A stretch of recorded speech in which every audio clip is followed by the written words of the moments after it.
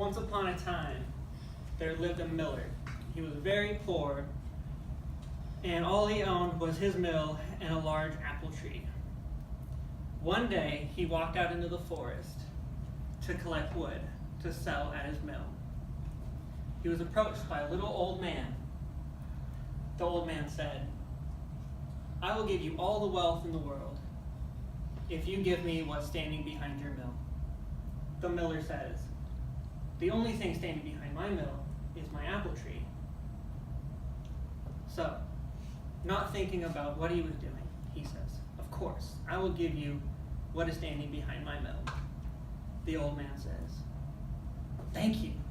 I will be back to retrieve my prize." The old miller goes home to his wife. "Guess what? I have just given away our apple tree for all the riches in the world." His wife looks at him angrily. "You fool! That was the devil. You didn't promise him the apple tree. Our daughter was standing behind the mill. You have promised our daughter away to the devil." He told their daughter. She was 19 years of age, heavily worshipped God, and had no sins. She took a shower and then got some chalk and drew a circle around her. The devil showed up.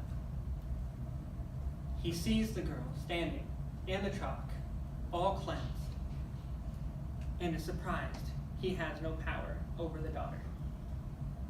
He tells the miller, "Keep water away from your daughter, so she cannot be cleansed, and then I will have power over her." The miller, frightened for what might happen, told the devil, "Of course, I will do as you're bidding."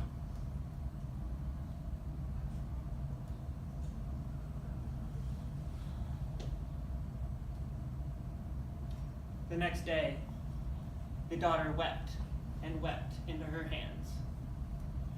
The devil came.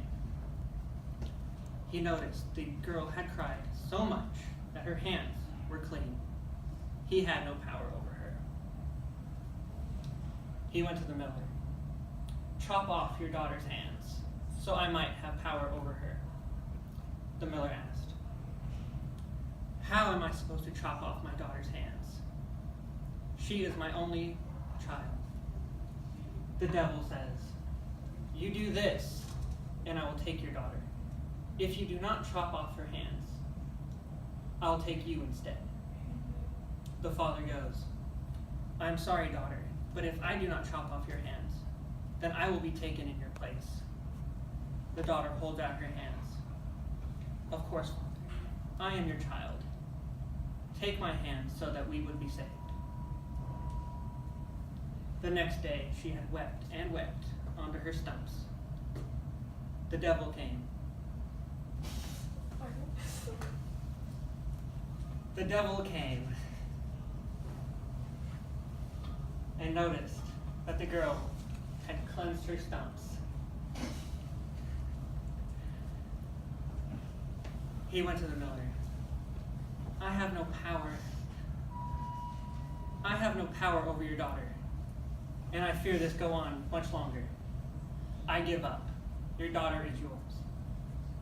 The miller says, "O joyous daughter, for you are saved. You will not be taken by the devil."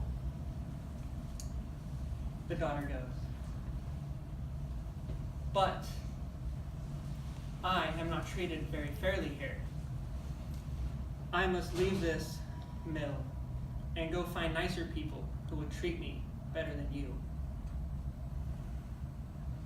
The daughter goes, traveling through the woods, nothing to eat and nothing to drink. She arrives at a castle. The castle has an orchard in it with lots of fruit trees. But there's a moat surrounding the castle. She lays down, fearing the worst that she will not have food and she will perish. And then an angel from the heavens came down and dried up the water around the moat. So the girl walked through the moat with the angel and ate pears until she was full. The gardener of the orchard saw this and told the king, "There is an angel that has eaten from your garden." The king, surprised, said, "I will go down to the garden tomorrow, and I will see if you are telling the truth." The next day the king sees the angel and the daughter eating pears from the tree again, and he tells the daughter, "Come live in my castle, and I will treat you better than you have ever been treated in your life." They live on for some years later, and she becomes his queen.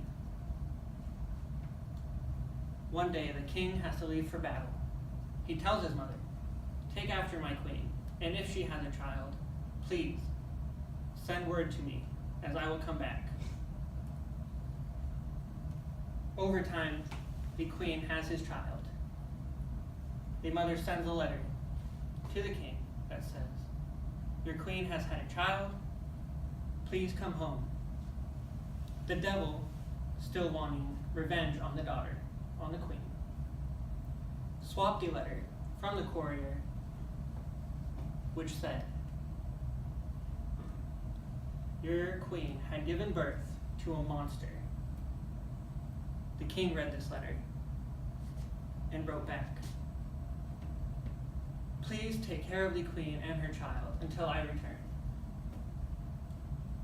The courier got fooled by the devil once again, and he switched the letters. The devil's letter wrote, "Kill off the queen and her child, as a monster child is no child of mine." The king's mother, terrified and frightened, sent the queen away with her child into the forest, for they might be saved. Once the king arrived from the battle, he went to go find his queen. The mother said, "I could not sacrifice your queen and her child, so I sent them away into the forest for them to be safe from your harm." The king, terrified of what might happen to the queen, went off to go find them. He swore he would not eat nor drink until they were found. He searched for 7 years until he found the cabin. When he got there, he was hungry, starving, thirsty, dehydrated, and he came across the queen, for she had lived there 7 years, praying to God to keep her and her child safe. For this, God had grown back her hands, and the king did not recognize her. The king knew of his queen had no hands, but the silver hands he had made for her. The queen goes into the back of the cabin, brings out the silver hands, and says, "I am your queen, and this is our son." Once he saw the silver hands, he knew that this was his queen, and took them back to his castle, for they lived happily ever after. The end.